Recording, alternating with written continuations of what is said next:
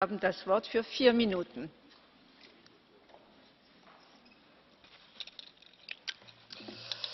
Madame la Présidente, Monsieur le Commissaire, Mesdames et Messieurs les rapporteurs fictifs, Mesdames et Messieurs, chers collègues, permettez-moi au début de mon intervention de remercier d'abord l'équipe de négociation de ce Parlement et les services de la Commission européenne pour les travaux que nous avons déjà conduits ensemble. Nous voterons demain le rapport sur la révision de la directive sur la qualité de l'eau potable en Europe. Cette directive a pour vocation de réviser les paramètres de qualité dans l'eau potable et de proposer une nouvelle méthode d'évaluation des risques permettant de prévenir plus en amont les dangers et les risques de polluants. Près de 20 ans après son entrée en vigueur, la révision de la directive eau potable est aujourd'hui nécessaire afin d'aligner les paramètres de qualité au progrès de la science et de prendre en compte des substances émergentes. Je considère que nous avons adopté en commission de l'environnement un rapport cohérent qui défend les intérêts des citoyens européens, qui tient compte des fortes contraintes des fournisseurs, des États membres et des collectivités locales, mais qui soutient aussi fermement l'approche par les risques de la Commission européenne. Nous sommes tous d'accord. L'accès à une eau de qualité est une nécessité pour l'Europe, une nécessité pour ses citoyens. Favoriser l'accès à une eau de qualité pour les citoyens européens à un coût abordable, en toute transparence vis-à-vis du consommateur européen, est aussi une exigence que nous pouvons partager. Ce rapport présente donc plusieurs enjeux forts, l'accès à l'eau, la responsabilisation des publics et enfin les paramètres de qualité exigés par la directive révisée. Concernant l'accès à l'eau, bien sûr, la mise à disposition d'une eau de qualité est une priorité que nous partageons.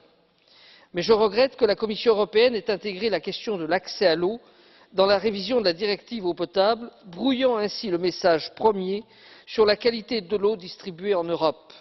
Trop de nos concitoyens doutent encore injustement de la qualité de l'eau au robinet.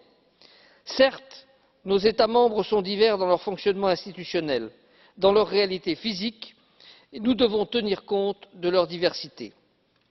Le rapport du Parlement va d'ores et déjà au-delà des ambitions de la Commission européenne en matière d'accès à l'eau, proposant que les États membres promeuvent l'accès universel à l'eau, un accès à l'eau pour tous dans l'Union européenne. Je me félicite d'être parvenu à intégrer cet équilibre qui respecte le principe de subsidiarité et que je saurai défendre lors des négociations en trilogue. La Commission de l'environnement s'est prononcée pour un renforcement de la transparence et de l'information au public sur la qualité de l'eau servie. La qualité et le prix de l'eau sont des éléments qui doivent être portés à la connaissance du consommateur, tant pour préserver la ressource que pour favoriser la consommation d'une eau de robinet avant l'eau en bouteille. Je souhaite cependant attirer l'attention de la Commission européenne et du Conseil sur le fait que l'objectif de transparence doit être au service de la qualité de l'eau et de l'éducation du consommateur, et non de la divulgation d'informations sensibles, tant du point de vue économique que du point de vue stratégique, ce qui présente, dans le contexte où nous vivons actuellement, un risque sécuritaire.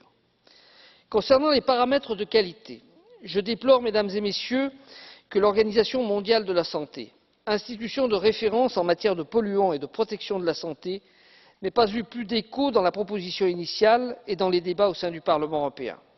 Dans un contexte particulièrement sensible en termes de sécurité sanitaire, l'enjeu pour les institutions européennes aujourd'hui est d'évaluer au mieux les risques de chaque polluant. Je trouve pour le moins surprenant de voir que l'OMS, qui est souvent prise en référence dans notre institution pour obtenir plus de contraintes, soit aujourd'hui court-circuitée par ceux qui souhaitent amender le rapport afin de réduire la valeur de référence de certaines des substances dangereuses, en particulier les paramètres chimiques tels que les perturbateurs endocriniens et les perfluorés.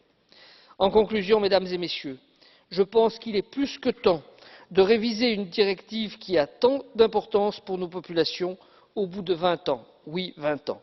Mes chers collègues, l'idéal peut nous réunir. Le pragmatisme et le réalisme nous diviseront peut-être. Pour avancer, je m'inscris dans ce second camp. Dankeschön. Im Namen der Europäischen Kommission erhält Kommissar Vella das Wort. Bitte schön. Thank you, Madam President. Honourable members, I would like to first warmly thank MEP Michel Dantin and all the shadow rapporteurs for the hard work done on the proposal for a revised Drinking Water Directive.